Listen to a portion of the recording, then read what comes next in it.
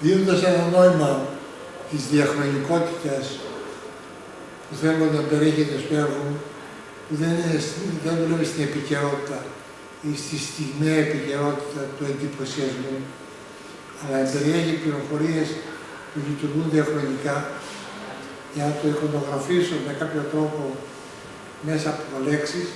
Θα διαβάσω ένα απόσπασμα από εκείνο που είχα γράψει το 1973-1974 με στη Χούντα, με τίτλο «Χειρισμός νούμερο 12. Πτώση ή ενύψωση του Homo Faber», αφιερωμένο στους γλύπτες που σιωπηλοί είναι.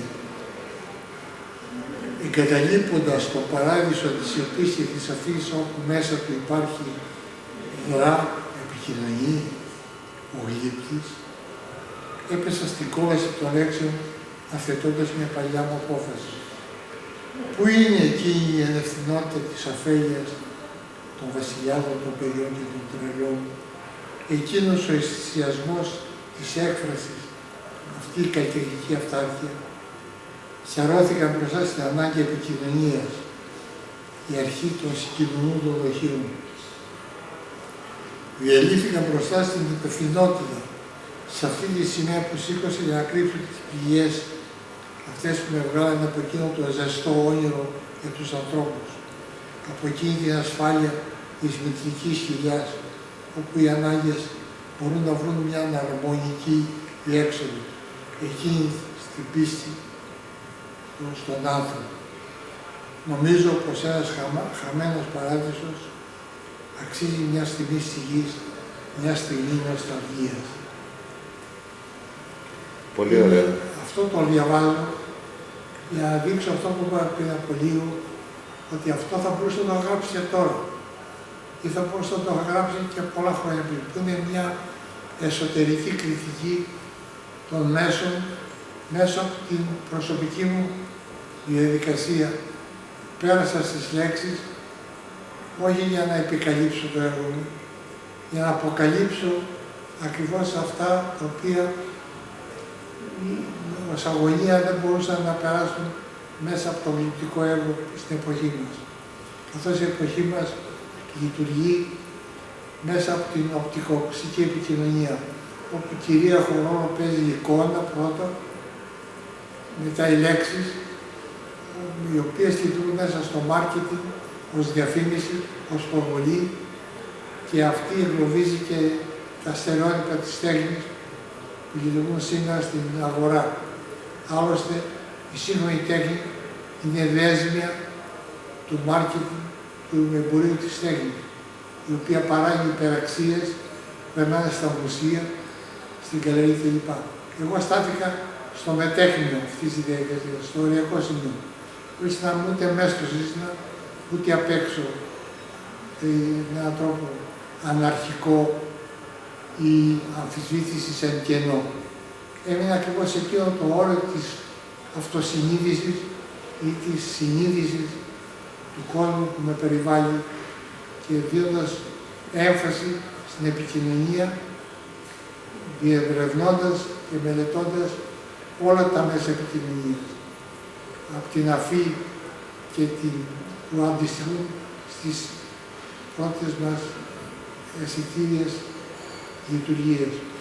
Τα αισθητήρια μας όλα που είναι το μάτι, η αφή, η γεύση, η όραση, η όσφρηση, όλες αυτές τις αντιμετώπιζα μέσα στο τελετουργικό σύστημα που λειτουργούσε η τέχνη παλιά, για να διασπάσω την αυτονομία της audiovisual, της οπτικοακουστικής επικοινωνίας. Αυτή η διαδικασία ήταν που με όρισε, που με καθόρισε το ρόλο μου να λειτουργώ και να απολαμβάνω συγχρόνως αυτό το ρόλο στο μετέχνιο. Θα μας πείτε λίγα λόγια για την έκθεση αυτή. Θα πω και λίγα λόγια για την έκθεση. Η έκθεση αυτή είναι μια συμπίκνωση, μια σύνοψη, όπως είπα, μιας δεκαετίας, δηλαδή που αφορούσε εκθέσεις. 4 εκθέσεις με τίτλους οι οποίες έδωσαν το στίγμα. Αυτά τα έργα όμως που γίνανε στη δεκαετία του 60 είχαν ξεκινήσει ως έρευνα, ως αρχή από τη δεκαετία του 60, αλλά δεν μπορούσαν να αναπτυχθούν γιατί δεν είχαν ούτε τα οικονομικά μέσα, ούτε τις δυνατότητες παραγωγής να τα κάνουν, να τα διεκπαιρεώσουν. Και όταν βρέθηκα σε μια σχετική άνεση μετά από μια περίοδο έρευνα γενικότερα, αποφάσισα να οργανώσω αυτές τις εκθέσεις. Και τώρα με την ευκαιρία που μου προτάθηκε αυτή η έκθεση, η οποία μέσα από την πρωτοβουλία της Άρτεμις Καρδουλάκη και τη δική σου αγαπητέ Δημήτρη, μπόρεσα και να κάνω αυτό το ρεζουμέ που λέμε, αυτό τη συμπίκνωση, αυτή τη σύνοψη, η οποία περιλαμβάνει αυτές τις 4 φάσεις όπου υπάρχουν τα κόνσεπτ, τα μοντέλα, τα αρχέτυπα. Στη μια ενότητα είναι οι ισορροπίες, με το νόημα που είναι ως δυναμική ισορροπία.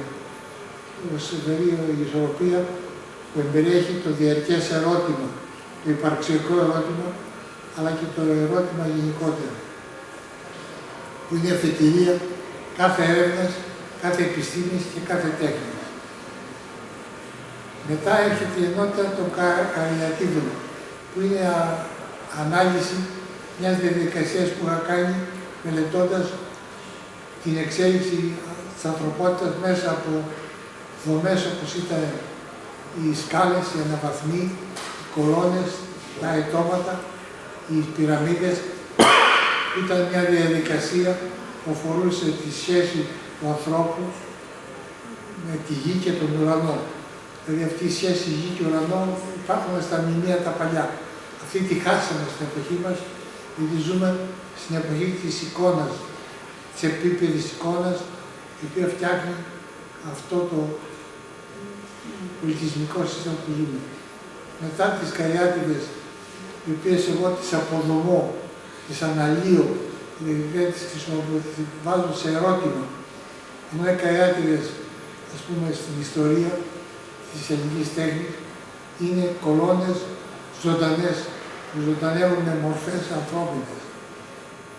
Εγώ τις επαναφέρω σε ένα ερώτημα, καθώς η βάση, όπως βλέπετε, είναι εν κενό. Εκεί υπάρχει και το φίδι, το οποίο έχει μια έμεση αναφορά, παρότι είναι αρχέτυπο, βασικό αρχέτυπο, υπήρχε και στον Παρθενώνα, στο Ερεκτείο, και επαναφέρω στην καριάτιδα αυτή που αφορά, όπου τα υλικά εδώ παίρνουν τεράστια σημασία. Δεν είναι επίδειξη υλικών που μπορείτε να κλάβει κανείς, αλλά κάθε υλικό έχει ένα νόημα. Μεγάλη κουβέντα. Μετά πάμε απέναντι, είναι τα άτομα. Τα άτομα είναι μιας διεργασίας, όταν έφτασα στη δεκαετία του 60, στο αδιέξοδο, να φτιάξω μια λειπτική εντόπια, δηλαδή μέσα στον τόπο. Το εν τόπο, δηλαδή η εντοπιότητα ως κοινωνική συμβίη, είχε χαθεί ιστορικά. Και πέρασα στην αναλυτική διαδικασία, όπου μέσα από τα άτομα ζητούσα τον τόπο και τον χρόνο, όπου ο χρόνος σε σχέση ως βιωμένη διαδικασία μαζί με τον τόπο ως χώρο βιωμένο συμφέρουν ακριβώς το κοινωνικό υπόβαθρο που καλλιεργεί ο πολιτισμός από καταβολή της ανθρωπότητας. Αυτό τον τόπο σήμερα τον έχουμε χάσει. Ζητείται ο τόπος, ο πολιτισμικός. Καθώς η σύγχρονη τοπολογία καταλήγει και φτάνει και τελειώνει στην εικόνα της οθόνης ή ως τηλεπικοινωνίας ή ως εικόνας της τηλεόρασης ή της ψηφιακής διαδικασίας στο κομπιούτερ.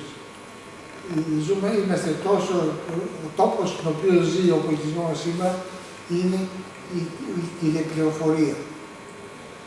Αυτό το σχόλιο δεν έχει από πίσω, κάνοντας μια αναδρομή με το έργο μου με τη Ρόδα, που λέει, ο τίτλος του είναι πένθυμο αφιέρωμα στον αγροτοβιοτεχνικό πολιτισμό που είναι πριν τη βιολογική επανάσταση. Μπαίνω στην τελευταία φάση που είναι το μετέχνιο, που είναι το οριακό σημείο της μετάβασης στο αλλού, στο κάπου, το οποίο περιέχει βεβαίως είναι ένα αρχέτυπο που λειτουργήσε στους πολιτισμούς όχι μόνο της Αιγύπτου αλλά και της Νοτιού Αμερικής, όπου δείχνει ακριβώς πως ο άνθρωπος, αναγνωρίζοντας τη σχέση του ανάμεσα στη γη και στον ουρανό, μπόρεσε να χτίσει αυτό μεταβαίνοντας ένα φυσικό και μεταφυσικό, μια φυσική και μεταφυσική διάσταση στο νόημα της ύπαρξης. Αυτό είναι εν συντομία το πλάνο αυτής της έκθεσης, όπως είναι διαρθρωμένη και όπως παρουσιάζεται σήμερα. Και κλείνοντας, θα ήθελα να πω ότι στην είσοδο μπήκε ένα έργο από τις Ευρωπαίες που είναι ο Φαέθων. Ο Φαέθων είναι μια περιπέτεια που είναι σήμερα το warning, το σημείο, όπως το λέμε στα ελληνικά, το σήμα κινδύνου της ανθρωπότητας απέναντι στο περιβάλλον. Γιατί η ιστορία του Φαέθοντα δείχνει ότι η γη μπορεί να καταστραφεί από μια υπέρβαση ανά πάσα στιγμή. Είναι μια έμεση και επισήμαση σε σχέση με τον πλανήτη σήμερα διαμέσου της μυθολογικής μορφής του Φαέθοντα.